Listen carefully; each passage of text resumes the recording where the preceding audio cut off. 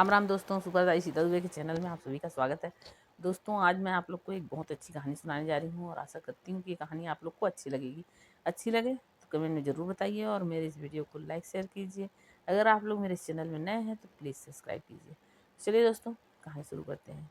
कहानी है एक नगर में एक कुम्हार और उसकी पत्नी और एक उसकी छोटी सी बच्ची रहती है। वो बच्ची 2 साल की रहती है। अब एक बार कुम्हार जो है वो बोलता है अपनी कुम्हारिन से कि चलो अब आज हम जंगल चलते हैं मिट्टी लाने के लिए। कुम्हारिन उसको बोलती है कि हाँ चलिए, मैं भी चलती हूँ। अब कुम्हार कुदाल उठाता है और जंगल के लिए चलने लगता है। उसे पीछे पीछे कुम्हारिन भी एक टोकरी उठाती है, अपनी बेटी को गोद में उठाती है और चली जाती है।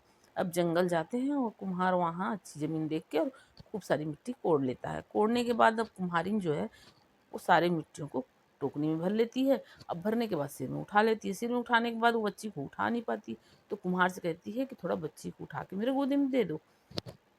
लेकिन कुम्हार जो है वो बहुत तेज गुस्सा होता है और बोलता है कि मैं मतलब तुम या तो मिट्टी को लेके जाओ या तो बच्ची को लेके जाओ या तो तुम मत जाओ, इससे मुझे कोई मतलब नहीं है। ऐसा बोलता है और घर के लिए चला जाता है।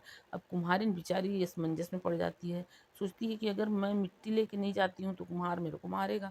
अब मैं बच्ची को तो मतलब वो असमंजस में पड़ के और पत्थर दिल होके और अपनी बच्ची को जंगल में छोड़ देती है और मिट्टी को लेके घर चली जाती है। अब वो बच्ची 2 साल की बच्ची बेचारी बहुत रोती है। जंगल में उसको कोई दिखता नहीं है तो खूब रोती। रोते रोते शाम हो जाता है। शाम को जब भगवान की कपिला गाय चर के वापस आती रहती है अपने गोठान के लिए, तो ये रोने का आवाज़ सुन के सोचती है कि इस जंगल में बच्ची की रोने की आवाज़ कैसे है? तो वो आवाज़ को भापती हुई उस जगह तक पहुंच जाती है जहाँ वो बच्ची रोती है। अब वो बच्ची को देख लेती है, बच्ची के पास पहुंच जाती है और उस कपिला गाय पहुंच जाती है। उसके पीछे पीछे और भी सारी गाय पहुंच जाती हैं। अब इसमें से उन सारी गायों में से एक गाय दुधारू गाय रहती है। वो गाय अपना दूध उस बच्ची को पिलाती है। बच्ची थोड़ा शांत हो जाती है और सारे गाय जो हैं उसको प्यार से चाटते हैं। अब उसको प्यार मिलता है और भूख भी मिट जाता है। बच्ची शांत हो जाती है और खेलने लगती है। कपिला गाय जो वो गाय अपने गोठान में चले जाते हैं और वो बच्ची को ही छोड़ देते हैं। फिर सुबह आते हैं, फिर उस बच्ची को वो जो गाय दुधारू गाय है वो दूध पिलाती है और सारे गाय जो है उसको चाटते हैं, सहलाते हैं। बच्ची खुश हो जाती है और गाय अपना चरते चुरते हैं। उसके बाद फिर शाम को उसको दूध पिला के और फिर अपने गोठान चले जाते हैं। ऐसे चलते रहता है। वो बच्ची बड़ी होती रहती है। जब बच्ची 5-7 साल की हो जाती है तो मतलब ये गाय लोग, वो बच्ची जो है वो मतलब थोड़ा इधर उधर जाने आने के लायक हो जाती है। तो इन लोग डर जाते हैं, फिर भी उसको गोल आकार में अपने चरते हैं और अपने बीच में ही उस बच्ची को रखते हैं। अब ऐसे करते करते बच्ची और बड़ी हो जाती है तो इनको लगता है कि अब बच्ची को इस जंगल में छोड़ना उचित नहीं है, तो वो अपने साथ अपने गोठान ले जाती हैं। वो गोठान में उस बच्ची को रखते हैं और बोलते हैं कि तुम इस गोठान के अंदर ही रहना, कहीं नहीं जाना, कहीं नहीं निकलना। हम लोग तुम्हारे लिए खाने पीने का सामान लेके आएंगे शाम को। बच्ची गोठान के अंदर ही रहती है और जब गाय लोग कपिला गाय जब शाम घर वापस आती है तो उसके लिए अच्छे अच्छे फल वल लेके आती है। खाती पीती है और ना अच्छे से रहने लगती है। अब वो बहुत अच्छा हो जाती है, तंदुरुस्त हो जाती है, अच्छा हो जाती है। अब ऐसे करते करते वो 10-12 साल की हो जाती है। जब 10-12 साल की हो जाती है तो मतलब गायों को चिंता होता है कि अब ये बच्ची कहीं ऐसे इधर उधर ना निकली। उसको मना करते हैं कि बेटा तुम यहाँ गोठान से बाहर नहीं निकलना। अब वो बोलती है ठीक है। अब अचानक एक दिन उसको वहाँ अंदर बैठे बैठे बहुत ज़्यादा वो हो जाती है, बोर सी हो जाती है। तो थोड़ा बाहर निकलती है। जिस समय वो निकलती है उसी समय एक राक्षस जो है वहाँ से गुजरते रहता है। अब वो उसकी नज़र जो है वो बच्ची के ऊपर पड़ जाती है। वो राक्षस सोचता है इतनी सुंदर, इतनी कोमल ककड़ी की तरह इस बच्ची को मैं खाऊं तो कितना अच्छा लगे, कितना अच्छा इसका मांस रहेगा। ऐसा सोच के वो राक्षस उसका पीछा कर, जैसे उस राक्षस को आते देखती है तो वो लड़की जो है वो अंदर घुस जाती है और दरवाज़ा बंद कर देती है। जब वो दरवाज़ा बंद कर देती है तो जो राक्षस रहता है वो एकदम मतलब मधुर आवाज़ से दरवाज़ा खुलवाना चाहता है। तो बोलता है लाडो थोड़ा दरवाज़ा खोलो तो वहाँ एक पेड़ रहता है वो पेड़ जो है वो बोलता है कि नहीं बेटा मत खोलना, ये राक्षस तुमको खा जाएगा। अब ये राक्षस को बहुत तेज गुस्सा आता है, उस पेड़ को मार के और गिरा देता है। फिर दूसरी बार बोलता है लाडो थोड़ा दरवाज़ा खोलो। तो वहीं गोठान के पास एक नारियल का पेड़ रहता है, उस नारियल के पेड़ को भी मारता है और गिरा दे। तो नारियल का पेड़ मना करता है, लाडो नहीं खोलना बेटा तुमको ये राक्षस खा जाएगा। तो नारियल के पेड़ को भी मार पैर से मार मार के और गिरा देता है।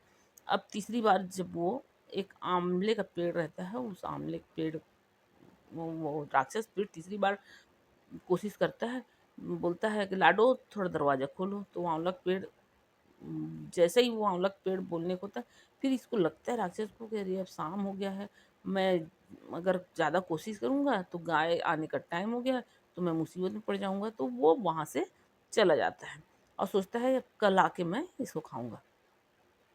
अब वो चला जाता है, उसके बाद गाय आती है और गाय जैसे आती है वो दरवाज़ा अपने आप खुल जाता है और गाय अंदर चली जाती है। लेकिन गाय जब आती है तो उनको उस राक्षस का महक आ जाता है, तो उन लोग बहुत चिंतित होते हैं कि यहाँ राक्षस आया था और उसकी राक्षस के पैर के निशान देखती हैं। तो बहुत चिंतित हो जाती हैं और अंदर जाती है तो वो लड़की नहीं दिखती। तो लड़की क्योंकि डर के मारे एक कोने में दुबक के बैठी रहती है, नहीं दिखती। तो ये बहुत चिंता में पड़ जाते हैं और हुआ हुआ करके चिल्लाते हैं। जब चिल्लाते हैं लड़की कोने में मिलती है तो ये सब उसको बहुत लाड़ प्यार करते हैं और पूछते हैं, वो सब बात बताती है। तो वो सारी गाय बोलते हैं कि ठीक है तुम डरो मत, हम हैं और अब कल हम उसको मजा चखाते हैं। तो अब ये गाय क्या करती है, दूसरे दिन जाती नहीं है जंगल और वहीं गोठान के अंदर रहती है। अब वो राक्षस सुबह उठता है मस्त अपना दातुन वातुन करके दांत वाँत पिजा के और पूरा मन बना के आता है कि अब मैं आज वो लड़की के मांस को खाऊंगा, ऐसा सोच के और आता है और जैसे आता है तो बोलता है तो वो आंवले का पेड़ जो है वो बोलता है नहीं बेटी मत खोलना दरवाजा, राक्षस तुमको खा जाएगा। वो आंवले के पेड़ को भी मार के और पूरे उसके तना वना डंडी सबको तोड़ ताड़ के फेंक देता है। तो उसके बाद और दरवाज़ा तोड़ता है और घुस जाता है और गाय तो उसकी इंतज़ार करते रहती है कि ये कैसे आएगा तो फिर इसको मजा चखाएंगे। अब ये जैसे ही अंदर घुसता है वैसी वो जो दुधारू गाय रहती है वो अपना सींग लगाती है और फिर ऐसे करके एक के बाद एक के बाद एक सारी गाय जो है अपने सींग से उसको कोई पैर में मारती है, कोई कमर में मारती है, कोई कहीं मारती है, उसको लंगड़े करके और उसको मार के एकदम मतलब मरा हत्या अधमरा करके जंगल में फेंक देते हैं।